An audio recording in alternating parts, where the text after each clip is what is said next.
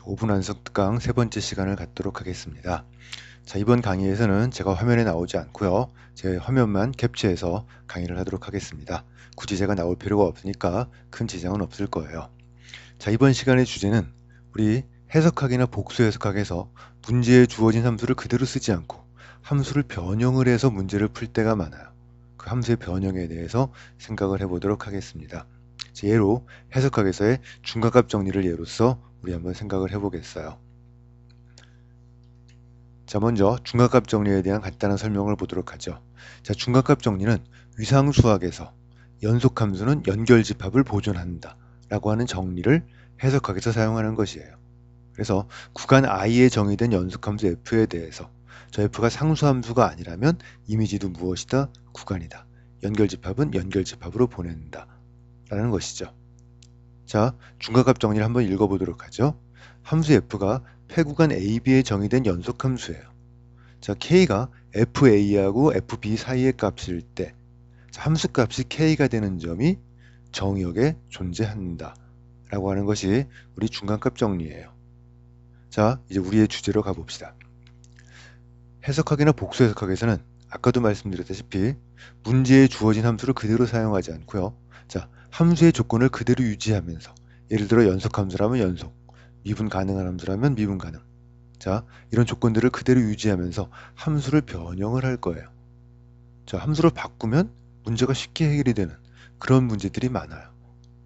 자, 그렇다면 여러분들은 나중에 문제를 풀 때 똑같은 문제가 나오지 않는다면 여러분이 변형을 찾아야 되죠. 자, 그 변형을 그냥 단순히 외운다고 문제가 풀리는 건 아니에요.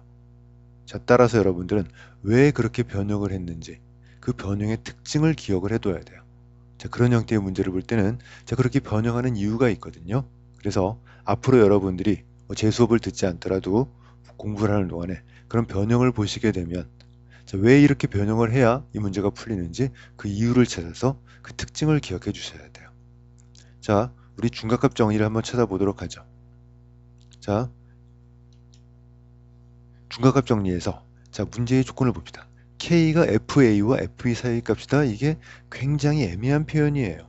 FA가 큰지 FB가 큰지도 모르겠고요. K가 저 사이에 있다는 걸 어떻게 말할 것이며 그렇죠? 굉장히 표현이 애매해요. 자, 이것을 어떻게 할 것이냐라는 거예요. 자, 결론을 볼까요? FC가 K인 점 C가 존재한다. 자, 이거를 살짝 바꾸겠어요. K를 0으로 바꿉시다. 이게 0이 돼버리면 F가 0이 되는 점이 존재한다. F의 근이 존재한다로 바꿀 수 있어요. 자, 그래서 K를 0으로 바꿔버리면 이걸 0으로 바꿔버리면 자, 0이 FA와 FB 사이의 값이면 이제 0이라고 하는 특수한 값이 딱 정해졌기 때문에 애매한 표현이 사라졌어요. 자, 0이 FA와 FB 사이의 값이 되면 FA 하나는 양수, 하나는 음수가 되면 되죠. FA, FB 중에 하나는 양수, 하나가 음수가 되면 돼요. 다시 말해서 얘네 두 개를 곱해버리면 어떻게 돼요? 음수가 되면 된다.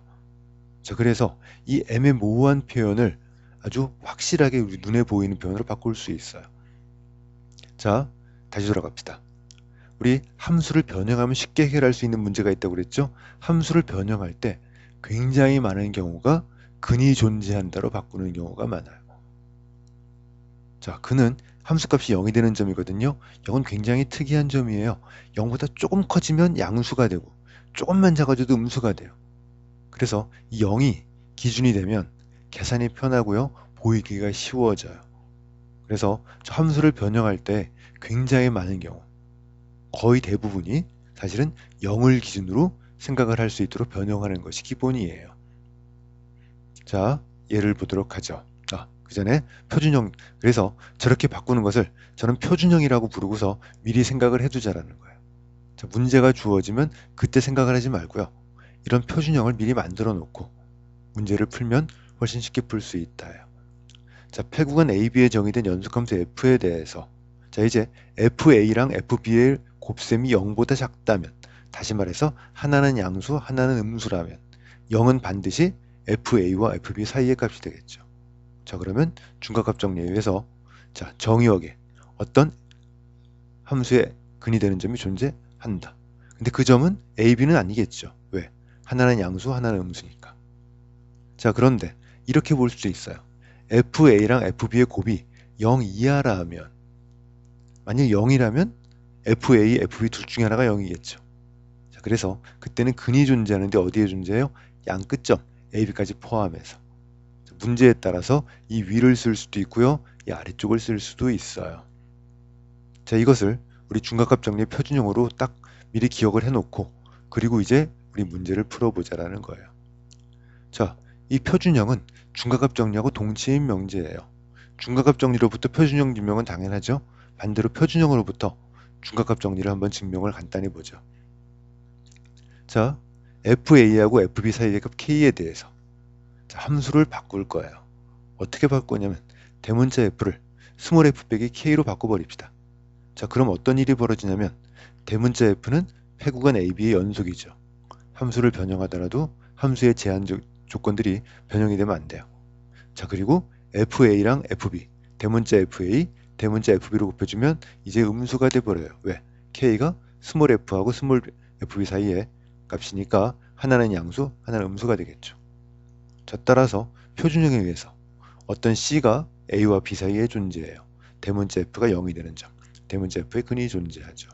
자, 대문자 F가 0이 되는 점과 동치인 말이 뭐죠? 스몰 F는 함수값이 뭐가 되는 점이에요? K가 되는 점. 그래서 표준형으로부터 중각값 정리를 증명을 할 수가 있어요. 자, 이 생각이 왜 중요한 생각이냐면 자, 이 과정이 표준형을 사용하는 기본 기법을 알려주고 있어요. 우리 이렇게 사용하면 돼요. 이걸 흉내내면 돼요.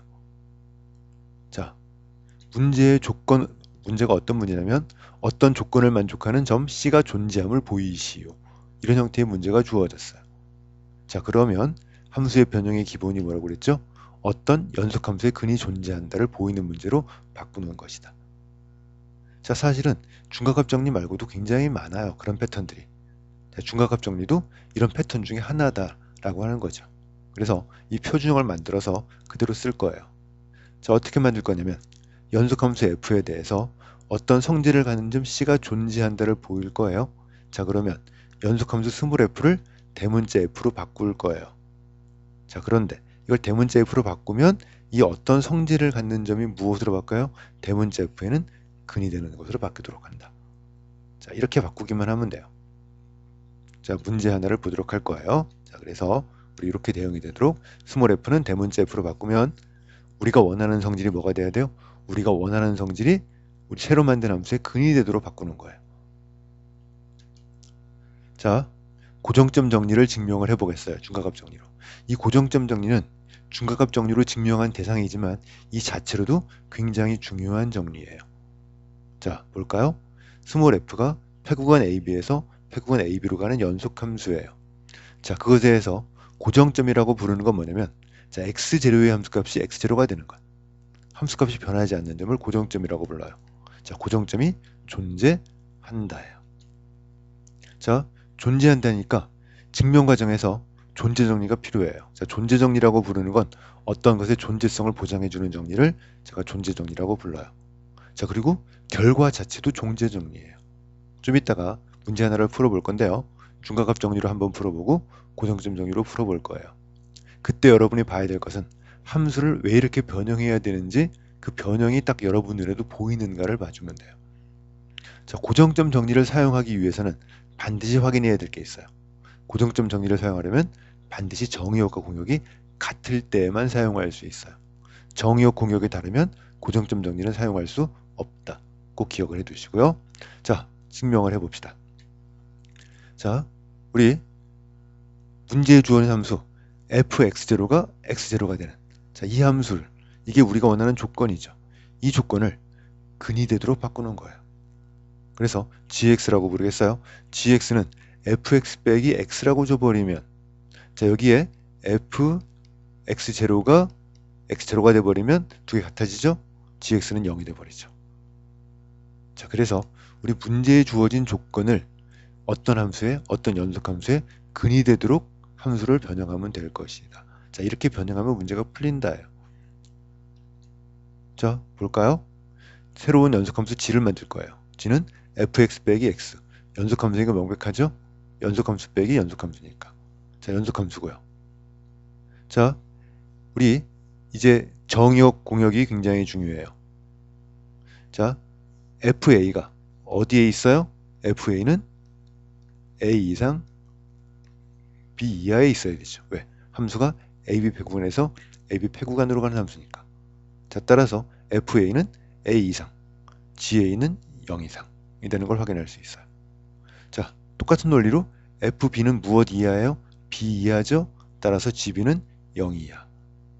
따라서 GA랑 GB를 곱해주면 0 이하가 돼버리니까 중과값 정리의 표준형에 의해서 중간에 뭐가 있어야 돼요? G의 근이 있어야 돼요. 근데 저 G의 근이 뭐가 되는 거죠? 우리 F로 본다면 고정점이 되는 거죠. 자, 이렇게 해서 증명하는 것이 기본 패턴이에요. 자, 굉장히 쉬운 문제를 하나 풀어드렸는데요. 문제가 좀 복잡해지고 어려워져도 이 패턴을 연습을 해두시면 우리 아무리 복잡해져도 간단히 문제를 해결할 수 있게 돼버려요. 자, 문제를 봅시다. 자, 제 수업 시간에 70번 문제예요. 함수 f가 영입해 구간에서 영입해 구간으로 보내주는 연속함수예요. 자, 그러면 중간에 함수값이 2분의 c의 제곱이 되는 저런 점 c가 0과 2 사이에 존재한다를 보일 거예요. 자, 존재함을 보이시오. 자, 문제를 볼 때 여러분 여기에 주목해야 돼요. 자, 어떤 것의 존재성을 보여주는 정리가 무엇이 있겠느냐. 연속함수의 경우는 중과값 정리하고 최대 최소값 정리가 가장 대표적인 존재 정리예요. 자, 그런데 최대값 최소값이랑은 관계가 없어 보이니까 최대 최소값 정리는 아닐 것이다. 중과값 정리일 것이다. 라고 생각을 하는 거죠. 자, 그러면 표준형으로 바꿀 거예요. 자, 우리가 원하는 것은 FC가 2분의 C의 제곱이 되는 점을 우리가 원하고 있어요. 자, 그런데 우리가 어떻게 바꿔야 된다고요? 이 점이 뭐가 돼야 돼요? 근 0이 되도록 바꾸는 거예요. 굉장히 쉽죠. 이 경우는 이 항에서 빼버리면 돼요. FC 빼기 2분의 C의 제곱. 자, 따라서 세로 함수를 만들었네요. 영입해 구간에서 실수로 가는 함수를 만드는데 fx에서 2분의 x제곱을 빼주면 연속함수고요. 자, 똑같죠 이제? 자, f0은 어디하고 어디 사이의 값이에요? 0과 2 사이의 값. 자, f0은 0과 2 사이의 값이니까 f0은 0 이상이다. g의0은 0 이상이다. 자, fa도 똑같이 fa도 0과 2 사이의 값이죠? 따라서 GA는 0 이하다. 자, 얘네 둘을 곱해주면 G0과 G를 곱해주면 우리 0 이하니까 중과값 정리에 의해서 우리 중간에 G의 근이 존재한다. 자, G의 근은 F로 본다면 FC가 2분의 C의 제곱이 되는 점이다. 끝. 이렇게 해결이 되는 거죠. 자, 이제 조금 전에 증명했던 고정점 정리를 이용해서 이 문제를 풀겠어요. 자, 무엇을 확인하는 거죠? 정역 공역을 확인하는 거예요. 저 두 개가 똑같으니까 고정점 정리를 이용해서도 문제를 풀 수 있을 건데, 자, 고정점 정리를 쓰려면 또 함수를 변형해야 돼요. 왜? 고정점 정리는 G의 C가 C가 되는 점이 존재한다라는 거예요. 그렇죠. 자, 그래서 저 조건에 맞도록 변형할 거예요. 목표가 정해졌어요. 중과값 정리를 이용할 때는 근이 존재한다를 보이는 게 목표예요. 따라서 그 목표를 가지고 함수를 변형하는 것이고요. 고정점 정리를 이용할 때는 자, 목표가 이것이에요. 이 목표를 위해서 함수를 바꾸는 거예요. 자, 그래서 우리 G의 C가 C가 되도록 이게 뭐가 동치가 되면 돼요? FC가 2분의 C의 제곱이 동치가 되도록 만들려면 이 C를 무엇으로 자, 어떻게 바꿀 것이냐예요. 자, 이제 C는 무엇이 돼야 되죠? 자, 그래서 이항하면 C의 제곱은 우리 무엇이 돼요? 우리 EFC. C는 루트 EFC. 자, 이제 이 C 자리에 무엇을 바꾸면 돼요? X로. 자, 함수가 만들어졌네요. 자, 그래서 GX는 자, 이게 고정점이 되는 거죠? GX를 뭐로 만들 거예요? 루트 2배의 FX로 줄 거예요. 자, 이렇게 주면 연속함수가 된다. 명백하죠? 근데 여기서 확인할 것. 반드시 무엇을 확인해야 돼요? 정의역 공역이 똑같은지. 이 함수로 대응을 주면 정의역 공역이 같은지를 확인해야 돼요. 이게 달라지면 고정점 정리는 못 쓰는 거예요. 자, 원칙은 그래요.